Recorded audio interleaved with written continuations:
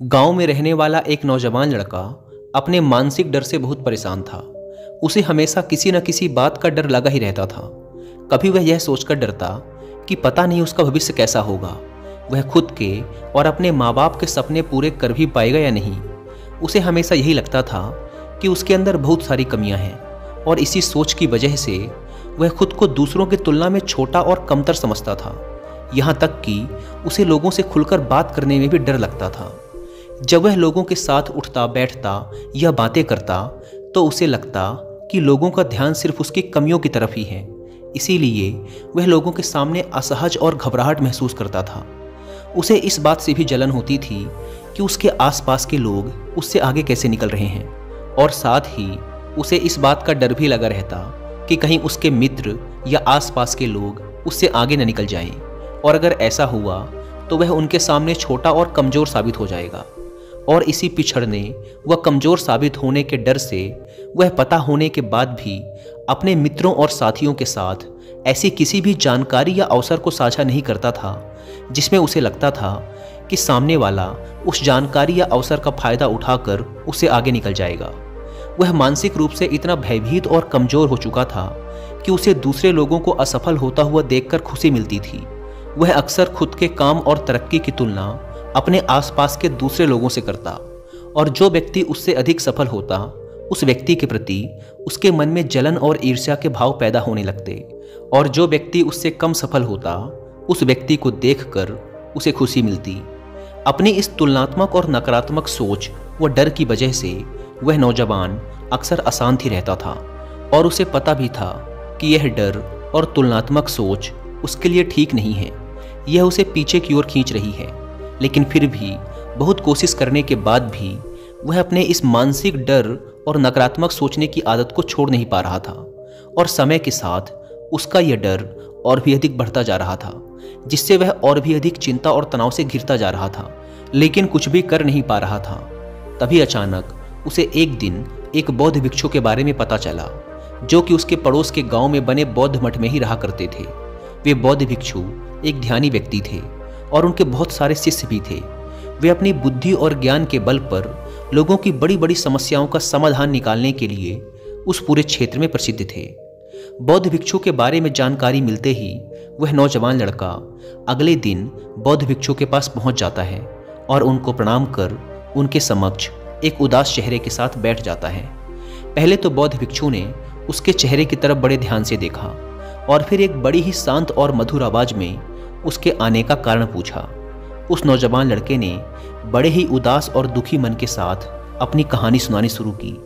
उसने कहा, मुनिवर, मैं अक्सर डरा हुआ और अशांत रहता हूँ। मैं अक्सर अपने भविष्य और काम को लेकर चिंतित और भयभीत रहता हूँ। मुझे हमेशा दूसरों से पिछड़ने और कमज़ोर साबित होने का डर सताता रहता है। मुझे दूसरों की सफलता देखकर जलन और ईर्ष्या होती है और उनकी असफलता में खुशी मिलती है। मैं हर पल खुद पर संदेह करता रहता हूँ और दूसरों से खुद की तुलना करता रहता हूँ, जिसकी वजह से मैं अंदर से बहुत ही अशांत और परेशान हो चुका हूँ, और इस अशांति व डर की वजह से मैं अपने जीवन में कुछ बड़ा नहीं कर पा रहा हूँ। मुनिवर, मैं आपके पास बड़ी उम्मीद लेकर आया हूँ, कृपया मुझे कोई सही रास्ता दिखाएं। बौद्ध भिक्षु ने उस नौजवान लड़के की बात पूरे ध्यान से सुनी और फिर एक शांत व गंभीर आवाज में कहना शुरू किया, ये सभी डर और लक्षण केवल उस व्यक्ति में पाए जाते हैं जिसमें आत्मविश्वास की कमी है, जिसे खुद पर भरोसा नहीं है और जो खुद के साथ सहज नहीं है। क्योंकि जिस व्यक्ति को खुद पर भरोसा है और जो खुद से जुड़ा हुआ है, वो कभी भी किसी और की सफलता पर दुखी नहीं होगा और ना ही किसी के असफल होने पर उसे खुशी होगी। एक आत्मविश्वास से भरा व्यक्ति इस डर में नहीं जीता कि वह लोगों से पिछड़ जाएगा या फिर उनकी नज़रों में कमज़ोर साबित हो जाएगा, क्योंकि उसे अपनी काबिलियत और मेहनत पर भरोसा होता है। इसीलिए वह हर परिस्थिति में अपना सर्वश्रेष्ठ देने का प्रयास करता है, बिना परिणाम की ज़्यादा चिंता किए। तो आज मैं तुम्हें 9 ऐसी आदतों के बारे में बताऊंगा जो उन लोगों के अंदर पाई जाती हैं जो आत्मविश्वास से भरे होते हैं, जिन्हें खुद पर भरोसा होता है, जो खुद के साथ सहज होते हैं और खुद से जुड़े होते हैं। और इन आदतों को अपनाकर तुम भी खुद को आत्मविश्वास से भर सकते हो, खुद के साथ तालमेल बिठाना सीख सकते हो और खुद को डर, जलन, ईर्ष्या और तुलना जैसे नकारात्मक विचारों से दूर रखकर अपने काम पर ध्यान दे सकते हो। तो मेरी इन बातों को ध्यान से सुनना और ये समझने का प्रयास करना कि तुम कहाँ पर खड़े हो, यानी इनमें से कौन सी आदतें तुम्हारे अंदर हैं और अभी ऐसी और कौन सी आदतें हैं जो तुम्हें अपने अंदर विकसित करनी हैं एक शांत, खुशहाल और सफल जीवन जीने के लिए। तो चलो शुरू करते हैं पहली आदत से। तो पहली आदत है कि चीज़ों और बातों को व्यक्तिगत रूप से लेना बंद करो।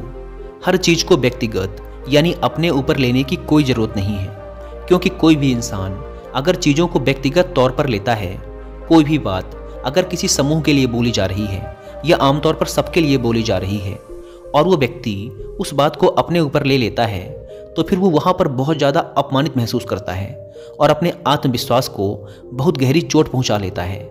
हमें चीज़ों को व्यक्तिगत रूप से लेने की बजाय, उसे व्यक्तिगत अर्थ देने की बजाय उसका सामूहिक और परिस्थितिक अर्थ निकालना सीखना चाहिए, यानी कि वो बात कितनों के लिए, किस मकसद से और किस परिस्थिति में बोली गई है, इस बात को ध्यान में रखते हुए उसका मतलब निकालना चाहिए।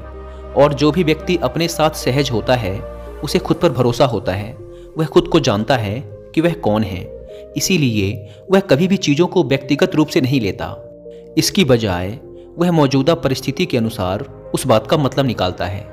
जब हम परिस्थिति और मौके के अनुसार चीज़ों या कही गई बातों का मतलब निकालना सीख जाते हैं, तो फिर हम खुद को बेवजह का दोष देने और खुद पर बेमतलब का दबाव बनाकर परेशान होने से बच जाते हैं। दूसरी आदत है अपने आप पर, अपनी काबिलियत पर भरोसा रखना। अपने आप पर भरोसा करना ये सबसे खूबसूरत एहसास है। दूसरे हम पर भरोसा करें, ये हमारे लिए बहुत अच्छी, बहुत खास बात तो है ही, लेकिन जब हम खुद पर भरोसा करना सीख जाते हैं तो ज़िंदगी बहुत ही आसान और खूबसूरत बन जाती है। क्योंकि जब हमारा खुद पर विश्वास पक्का हो जाता है तो फिर कोई हमारा साथ दे या ना दे, हम जिंदगी में आगे बढ़ते जाते हैं और कितनी भी बड़ी से बड़ी मुसीबत हमारे सामने आए, वो घुटने टेक कर चली ही जाती है और हम हंसते मुस्कुराते हुए आगे बढ़ते जाते हैं। आत्मविश्वास से भरे लोगों की तीसरी आदत है कि उनकी ज़िंदगी में एक ठहराव होता है और वो बिना किसी घबराहट के अपना पर्याप्त समय लेते हैं। जिंदगी में सब कुछ तुरंत नहीं मिलता और ना ही हर समय परिस्थितियां हमारे अनुकूल होती हैं। ऐसा नहीं होता कि सब कुछ एकदम से और तुरंत हो जाएगा। कई बार ऐसा होता है कि हमें रुकने की ज़रूरत पड़ती है। चीज़ों को अच्छे से समझने और करने के लिए थोड़ा ठहराव की ज़रूरत पड़ती है और इस बीच ये जो समय लगता है, इसमें ज़्यादातर लोग अपना धैर्य खो देते हैं। लेकिन जो मजबूत इंसान होगा, जो अपने साथ सहज होगा, उसमें यह खासियत होगी कि वह थोड़ा सा समय लेगा, लेकिन उसे भरोसा होगा कि जो समय वो ले रहा है या जो समय उस काम में लग रहा है, वह वास्तव में उसे और उसकी ज़िंदगी को बेहतर बना रहा है। तो वो इंसान खुशी खुशी अपना समय लेगा, इंतज़ार करेगा और विचलित व परेशान होने की बजाय उसके अंदर बहुत सारा धैर्य और आभार होगा कि चलो चीज़ें कम से कम बेहतर तो हो रही हैं। तो वो समय की कद्र करेगा, अपने अंदर शांति बनाए रखेगा और समय बहुत ही अच्छे से और शांति से बीत जाएगा। आत्मविश्वास से भरे और मानसिक रूप से मजबूत लोगों की चौथी आदत है कि वो दूसरों को भी आगे बढ़ाने में विश्वास करते हैं। एक मजबूत इंसान ही दूसरे को भी आगे बढ़ा सकता है, उसे ऊंचा उठा सकता है, उसे कुछ सिखा सकता है। जो इंसान खुद में मजबूत होता है, खुद को पसंद करता है, खुद के साथ सहज होता है, संतुष्ट होता है, वही इंसान दूसरों की मदद कर सकता है। लेकिन जो खुद ही बेचारा है, खुद ही कमज़ोर है, स्वयं से संतुष्ट नहीं है, वो क्या दूसरों की मदद करेगा? उसे तो खुद दूसरे लोगों से मदद की ज़रूरत है। लेकिन जो इंसान खुद पर भरोसा करता है, वह खुद के साथ सहज और संतुष्ट होता है। इसीलिए वह किसी भी प्रकार की जलन, ईर्ष्या या तुलना के चक्कर में नहीं पड़ता। उसे दूसरे लोगों की मदद करने में भी खुशी मिलती है, क्योंकि वह जानता है कि जितना मैं मजबूत हूँ, उतना ही अगर कोई और मजबूत बनता है तो मजबूत लोगों का एक समूह बनेगा और सब मिलकर मजबूती से आगे बढ़ेंगे। खुद पर भरोसा करने वाले और मानसिक रूप से मजबूत लोगों की पांचवी आदत है कि वो बिना ज़्यादा क्रोधित हुए, बिना अपना आपा खोए, बिना किसी को नुकसान पहुंचाए और बिना डरे अपनी बात को अच्छी तरीके से रखना जानते हैं। क्योंकि ऐसा इंसान अपने साथ सहज और ईमानदार होता है, इसीलिए उसे अपनी गलतियों के बारे में भी पता होता है और ये भी पता होता है कि कहाँ पर वो निर्दोष है। इसीलिए वो अपनी गलतियों को पूरी विनम्रता से स्वीकार कर लेता है और जब वो सही होता है तो बिना डरे अपना पक्ष लेता है और अपनी बात पूरी मजबूती से रखता है। लेकिन अपनी शालीनता के दायरे में रहते हुए, बिना अपनी मर्यादा खोए, वो इंसान बहुत अच्छी तरीके से अपनी बात को 100 लोगों के सामने रखना हो, 1000 लोगों के सामने या फिर पूरी दुनिया के सामने वो ये अच्छी तरीके से जानता है कि उसे कब क्या कदम उठाना है। इसी प्रकार से इन लोगों की छठी विशेषता है कि ये लोग मानसिक और भावनात्मक रूप से मजबूत और शक्तिशाली होते हैं। सही मायनों में मजबूत यानी अंदर से शक्तिशाली कौन होता है? जिसे ज्ञान होता है लेकिन उस ज्ञान का कोई घमंड नहीं होता, जिसे सही समय पर सही काम करना आता है, जिसे विनम्र रहना आता है, जिसे दूसरों की मदद करना आता है, वही इंसान वास्तव में शक्तिशाली होता है, स्वतंत्र होता है, आत्मविश्वासी होता है, सफल होता है, संतुष्ट होता है।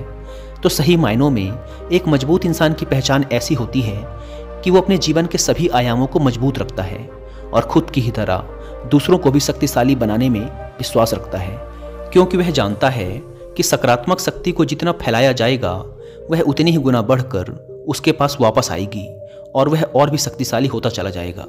तुम खुद सोचो कि अगर तुम किसी कमजोर लोगों के समूह में रहोगे तो क्या होगा?